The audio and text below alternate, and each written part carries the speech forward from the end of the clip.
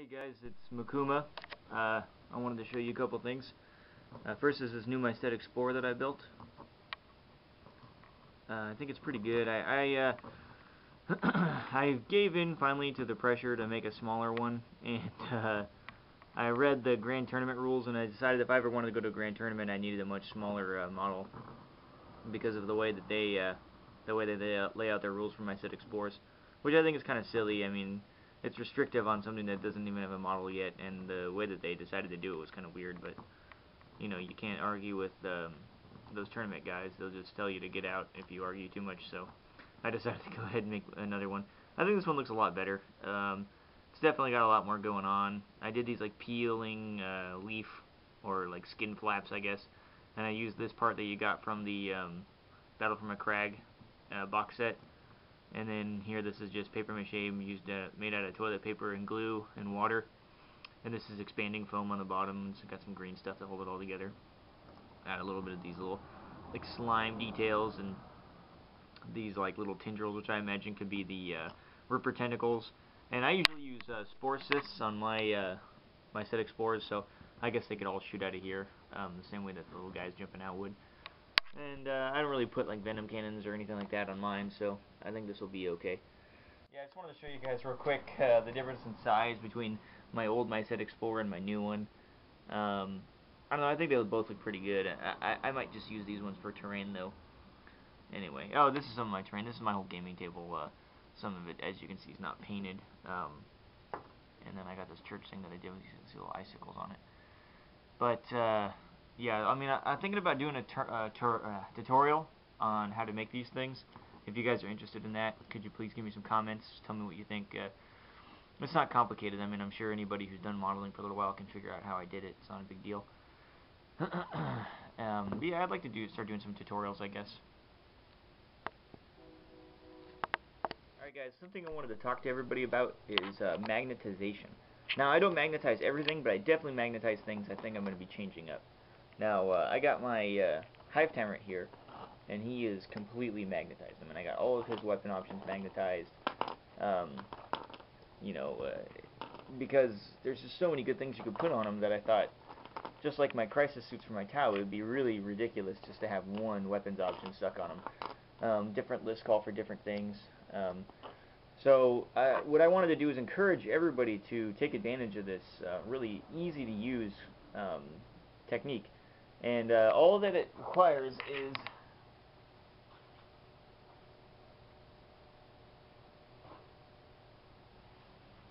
some of these. These are rare earth magnets.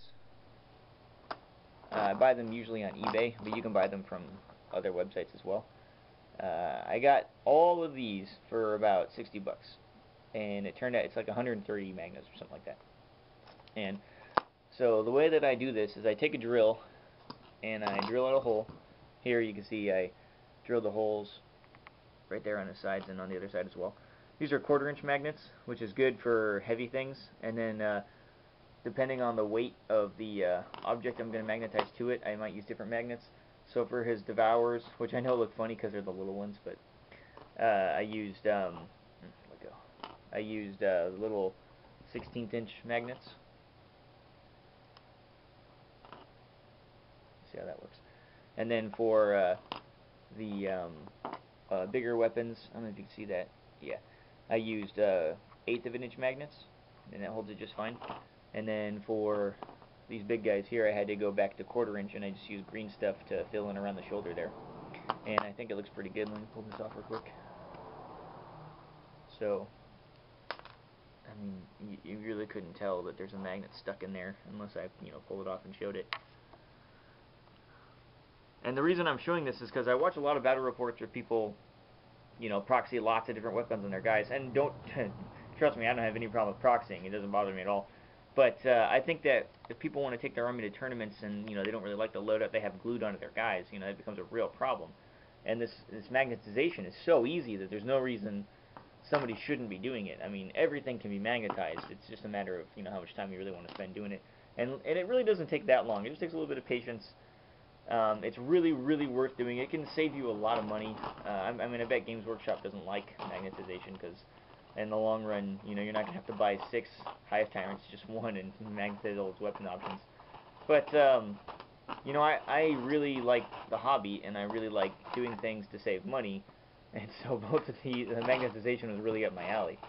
Um, I'm probably going to do some tutorial videos on that. I mean, I magnetize all my crisis suits, so if I just do a quick tutorial on the weapons and how I make that work, and yeah, I mean, my Tau are really crazy, like all the magnetized options I put on them, and that's really, I mean, the Tau are an army that really need it. If you don't magnetize the Tau, then I don't know, you're crazy. That's how I feel anyway. So here's all my Tyranids in a big pile. As you can see, I really haven't done a lot of painting. I've been kind of busy lately with school and stuff like that. I got another zoanthrope I need to put together. I got a lot of stuff in here that's unpainted, obviously. So I guess all I need to do now is pick up a couple Carnifexes I can convert into Turbogons and a couple things like that. Well, anyway, I wanted to give you guys an update on how that tournament went for my friend and I. And it went pretty well. We won the first game, and then it was funny, my Gene Stealers ate like the entire Chaos Space Marine army.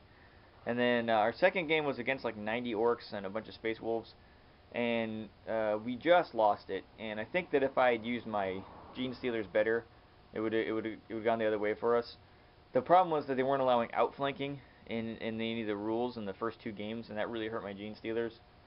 And what I tried doing with them was running after the Space Wolves Long Fangs, and they got stuck in difficult terrain, and I just couldn't roll high enough to get anywhere, and so it was really lame. I should have just sent them against the orcs and seen how many they can kill before they got wiped out. That would have actually been a lot more useful. The amazing thing is that I used this guy as a proxy for the Doom of Malantai, and he killed like 25 orcs. Yeah, it was really sweet.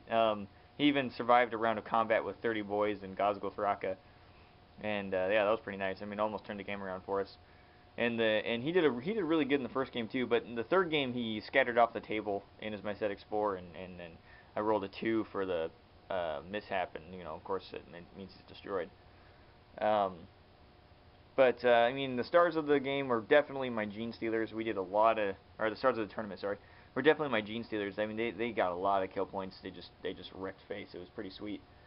If I just used them better in the second game, we probably would have got 3rd place or better. I mean, we were only off, we were at 6th place, but the difference in points was really narrow between 6th and 1st, so, yeah, I think we did pretty good. My friend and I pretty much stuck to our plan the whole time, and even though our list didn't look that scary, you know, compared to other people's, you know, doing like mechanized lists or Blood Angels lists or the new Grey Knights, you know, we showed that we were there to win. We played really competitively. We had a simple plan that we stuck to, and that really made all the difference. Alright, so I decided to take the plunge and actually start playing Space Marines. I'm just showing the Dreadnought here because he's one of the models that are put together. I bought all the Space Marines in an Assault on Blackreach box set for like 20 bucks from a friend. I'm probably going to be getting some more. You know, I did a friend a favor a while ago and gave him like 10 Tactical Marines that are like a full squad, and I know that he's not doing anything with them, so I'm going to try to buy those back from him, see if he's willing to part with them.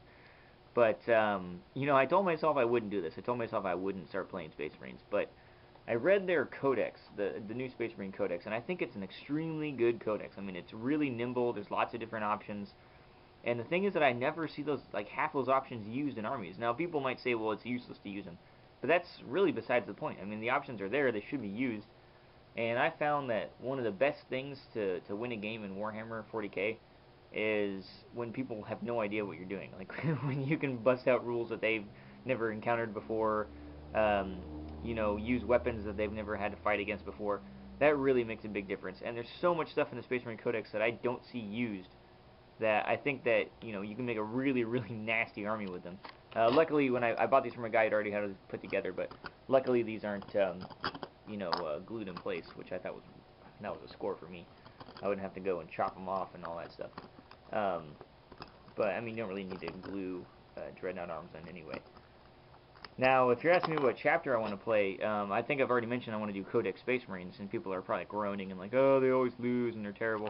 You know, okay, maybe they always lose, but I'm not playing them to win. I'm playing them to be a little different, just like how I play Tau and Tyranids. I mean, I love it when I can beat like a really strong army list with my Tau or Tyranids, and people are really surprised. So I think playing Codex Marines is going to be another one of those situations where I'm sort of an underdog. I had no idea that they were underdogs either until I watched like, you know, I read a lot of stuff online, and people are saying that how terrible they are, and you should take Blood Angels or Space Wolves or whatever. I mean, sure, but I think that this is gonna be pretty sweet. So, just in case you're curious of what chapter I'm gonna be playing, I'm playing these guys right here, the Mortifactors. Not like there's any special, not like there's any special rules for them or anything. They don't have their own codex; they're just Codex Marines. But I like the way they look, and I don't see them on the table very often. So, I mean, I think this is going to be a lot of fun. I'm going to do a lot of videos showing my progress through this project. And, you know, hopefully before too long I have a pretty hardcore Space Marine list. And my Tyranids get hashed out a little better. But my Tau, I'm pretty much done building them. I mean, I could always use more Crisis suits, but I've got easily 2,000 points worth of Tau. And I can, you know, change that list up. And so I'm not going to work on them for a while. But the Tyranids and I guess now Space Marines are really going to need a lot of work. I mean, I wanted to do a third army for a long time, and I was pretty much, it was a toss-up between Demons and Imperial Guard. But these just kind of fell in my lap. I thought that was kind of serendipitous. Okay, guys. Oh, I wanted to do a shout-out as well. Not, you know, not like I have a million viewers or anything, and my shout-outs are going to mean anything. But I've been watching this kid on YouTube. He goes by Green Donify. I think it's like GREENDAWNIFY. I believe that's how it's spelled. And he's been doing this like tournament with this guy Volander. That's, I mean, those, of course, those are like their web names. And basically, they take all their armies and they just did like a matchup tournament thing and went down the line with brackets. And so far, they've done 2 battle reports, and I'm really enjoying watching them. So if you guys decide you want to watch some good battle reports, check out this kid. The only downside to his battle reports are that he's got you know, he's like me, he doesn't have a real camcorder yet. And so we're both sort of suffering from that. So there's some sound issues, and he doesn't seem to have a whole lot of terrain, but his armies look really good, and his battle reports are really clear and easy to follow. He's got a lot more painted than I do, and yeah, I mean, I think it's pretty good stuff, and I like watching good battle reports. Anyway, thanks for watching, guys. Please rate me, click the like button or the dislike button, whichever one you prefer, and give me some comments. You know, maybe even subscribe. All right, thanks, guys. I'll talk to you later.